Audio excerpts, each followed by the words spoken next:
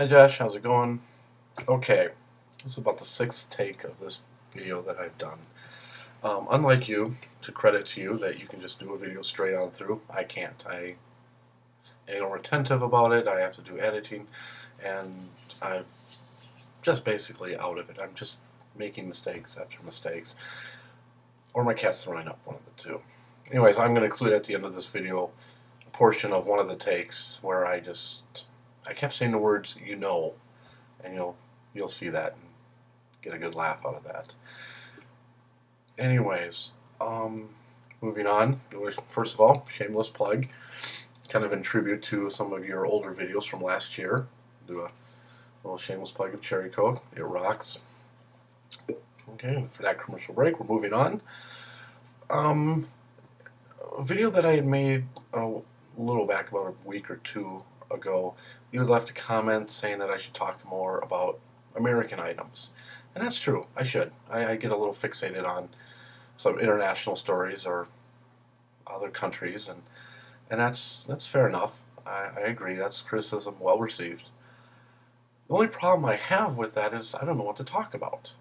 I mean, I could talk about the Bush administration and its trampling of the Constitution and breaking of our laws and the problems in Guantanamo Bay, or how they ignore the people in New Orleans with Hurricane Katrina relief, or the economic problems that we're having.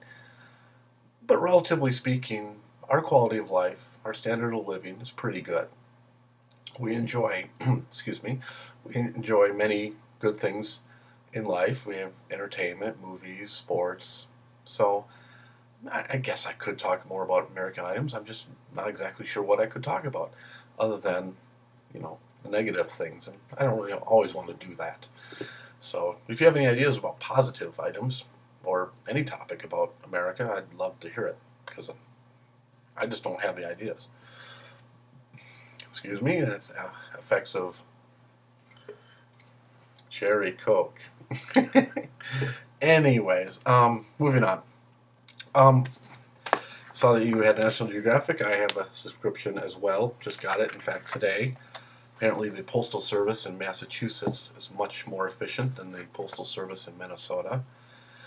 Or it could just be that you're on the East Coast and we're in the middle of the country. Who knows? Anyways, I haven't had a chance to read the China article yet, but I'm just going to comment on your video. First of all, you're right about the gas situation. I guess to clarify, more or less, it's the smog problem in Beijing specifically, and other cities like Shanghai.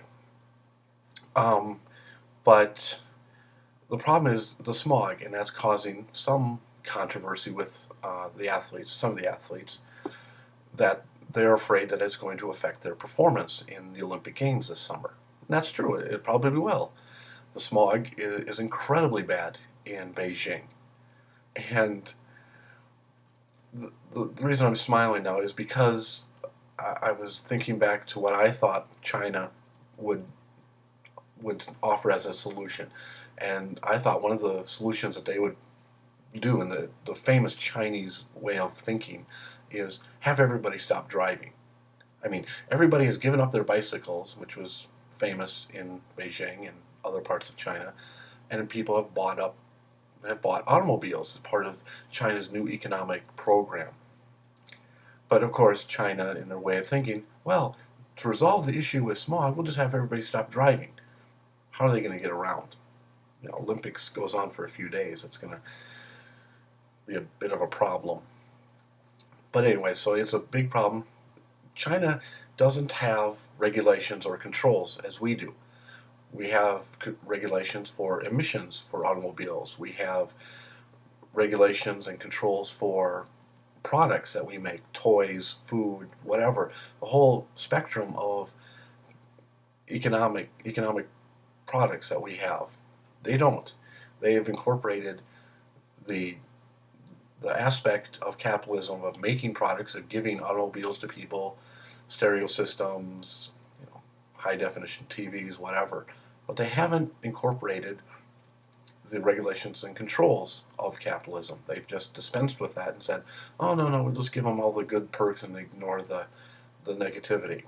And of course, the problem is they're communist, and so they don't like criticism. They don't like people complaining, and thus they don't want people to complain about their products.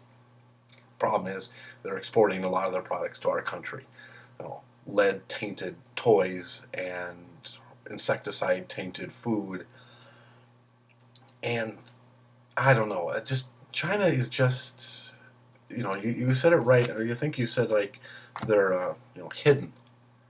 They're very private and stuff. That is so true. They just don't understand that they're part of this international community, and they need to start taking responsibility for that, especially because they're exporting so many products into this world. I don't want to be eating food from China that's tainted with insecticides that could, give me cancer or make me sick. China needs to step up to the plate and get their act together. They really do. Part of the problem is, the situation in Darfur. They're the number one importer of oil from Sudan. They get, the most oil from Sudan, and thus, if they decided to put pressure on Sudan about the conflict in Darfur, they could. They choose not to because they have their own human rights violations. Look at what they do in Tibet. China just needs to step up to the plate, and they're not. They're very reclusive, very secretive, and very much like North Korea. You mentioned that you showed a picture in the magazine about China, and it looked a lot like North Korea. You're absolutely right. Not only are they economic allies, military allies, they're geographic allies. They're border next to one another, and they're both communist. And both are secretive, both are very private, and are not used to being accountable to the international community. China is becoming very powerful. Billions of people, and they even got an economic hold over the United States. And I'm running a bit long here. But in a nutshell, they have an economic hold over the United States. So we need to, resolve the situation. I can't remember if I already talked about this because I'm rambling on here, but they have what they call the economic nuclear option on America. They bought up U.S. dollars to the point of over $1 trillion U.S. dollars. So if they ever decide to sell them, because the United States pissed them off so much, whether we tell them they need to get their act together or do this or do that, or they can sell our U.S. dollars. So for instance, say they invade Taiwan. Per our 1979 treaty with Taiwan, we're obligated to defend Taiwan, regardless of who it is, but it's mainly because of China. So if China invades Taiwan, we have to respond and go to war with China.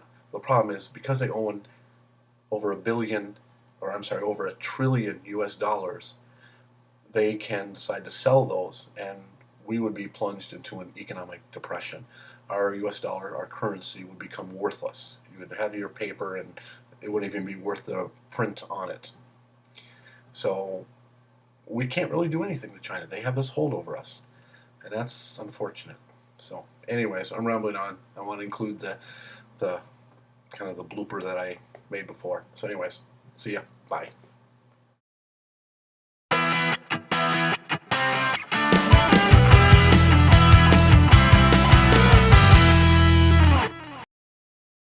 So, maybe I get a little fixated on it. Fair enough, I do. And I could, shake it up a bit.